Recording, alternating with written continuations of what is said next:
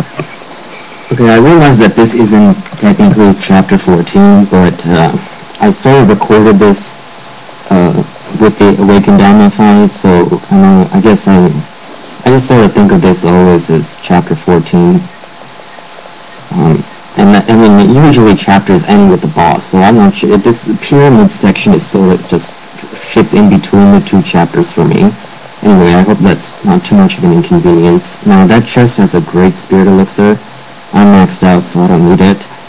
For the fight, I'm not going to show it. It's so boring. All I'm going to do is wall attacks to get rid of the pill bugs. And as soon as I have 2 essence, I'm going to just charge a UT. And if I have 2 more essence, I'm just going to charge another UT. And I'm going to make sure the UTs hit the big guy in the middle, which isn't too hard to do considering he's so big and the room's so small. Now, I'm just speeding this up so you know what to do. There's a Life of the Gods, I think I opened that up. And also make sure to get your Serpent Deity statue. I think people can actually miss it and then they would have to backtrack all the way over here to get it when they need it in chapter 15. Now we're going to get ready for the Fiendry fight. I'm going to use the same dabby technique I showed in chapter 10, I think. This guy's going to be the UF Fiendry and he's tough.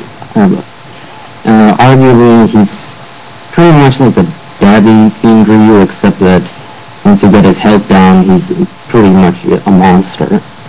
And also, he seems to be a little bit smarter, as you can see. He's not falling into my XY trap as much as the other Fiendry did. Just keep at it, and hopefully... God damn it. There we go. Now, oh, beautiful. Now let's see if he can... Now, of course, he can guillotine throw me, and that would screw me up. And just... Oh, god damn it. I hate when they do that. And now I'm so screwed if he hits me. And that should have hit him. I don't know why it didn't, but anyway. Now I'm going to show the Dragon Sword method. Again, since he's using a slow weapon, I think it's going to work out pretty well. Now equip the Luna because I wanted to show a different technique. If you wind path off his head and then do an on-landing Y, it will always hit him, and I mean always. It doesn't do that much damage, and it also knocks him down, so I thought that would be an easy way to set him up for this loop I'm about to do. Now, chapter 14 as a whole, I'm sure most people hate this chapter, and as for the enemies, I do too, but I actually like the music in this level, and that, for me, pretty much saves it. If you want to skip all the fights, with the Dragon Sword, you just have to do one simple thing, and that's jump towards the direction you want to go to, and press X. And you'll do that spinning attack, and if you keep just using that move, you should be able to get where you need to go and not have to fight all these ghost fish. Now I'm just showing the item locations. But for this fight I wanted to show because it's a little tough. Equip the UF, and as soon as the fight start charging the UT, you should be able to get one off if you're wearing the Armlet of Celerity. I think I'm actually wearing the Armlet of the Sun. Now, what's hard is that whenever you try to UT, these 2 big guys, the ghostfish, keep coming. So, I don't feel bad about Minpo spamming, so I'm just going to use all the Minpo I have and get rid of all of them. I recommend Inazuma, but if you think you can get them, lure them into your Inferno Minpo, do that. I also equipped the Armlet of Fortune, and so that whenever a red essence comes, I can easily refill my Minpo slots. Once the black crabs are gone, these guys aren't too tough. The chest back there has ghost fish, and it's useless, unless you want to refill your Minpo slots. The ghost fish in this chapter are good for refilling Minpo. They have a good chance of dropping red, and if you're wearing the Armlet of Fortune, that means you can get a ton of Minpo back, so don't feel bad about using Minpo in that fight. You might think you want to use UTs on those big guys, but they'll mess up your UTs and they'll just grab you and it's horrible. Now, I'm just going to show the golden scarables. Basically just Now that you have that key item, you can open the door. And again, I'm going to edit out all the ghost fish fights because you really don't need to see them. It's basically just XXXX jump X with the flails. That's basically all I do, so it's pretty boring, and I'm not going to have much to say about it. Unfortunately, the Muramasa shop, there's only one in this chapter, and it's all the way back there near where you were going to fight Fiend Ryu. I also wanted to point out that you can use it, those bats respawn easily, so you can use them to refill your health if you took too much damage from him.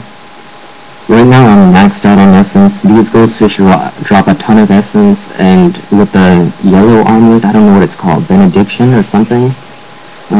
If you're essence farming, you can easily get a lot more from doing that. Now here's the key item you need. This place isn't as much of a maze as you would think. For this fight, I'm going to equip the U up again, and I'm going to again Minpo spam just to get all the fish out. Then I'll UT these guys, and it shouldn't be too bad. It's only hard because there's ghost fish, believe it or not. You might think the black crabs are the problem. They're not. If you can get UTs in for the black crabs, that's great. If you can't, there's only one of them, and he should. By the time you get rid of all the ghost fish, he should die from just your Inazuma. No, this guy is not too... And then, of course, this guy is not too bad. I'm sure you know how to fight him. Now, for Spirit Doku, I'm going to show two methods. One is with the low health UF. Here I get lucky and actually hit him, but most of the time you won't. Make sure you get rid of the ghost fish as soon as they spawn. And when he does his combo, remember the last Doku? That's the same combo, and he's vulnerable at the end of it. The only difference is he has much bigger range here, but that just means you have to roll jump away. Once you realize the timing, it becomes easier. The second time he's vulnerable is he also has that slash move. Now here I could have actually... there you go. He's vulnerable for UTs, he's vulnerable for regular attacks at the end of that move, so that's a good move to get him to do. Now I'm going to show the true Dragon Sword method. This is what most people do. Start off with a Minpo to kill the ghost fish, and then when he's going to come and rush at you, and he'll do a slash, so just roll under it and charge a Gleaming Blade. Now see how much damage that did. That was pretty nice. Now, I'm going to upload a few more fights for this guy, just so you can see the other moves and I can talk about them. You don't even need to charge a UT or ET. Did you see how much that regular Gleaming Blade did?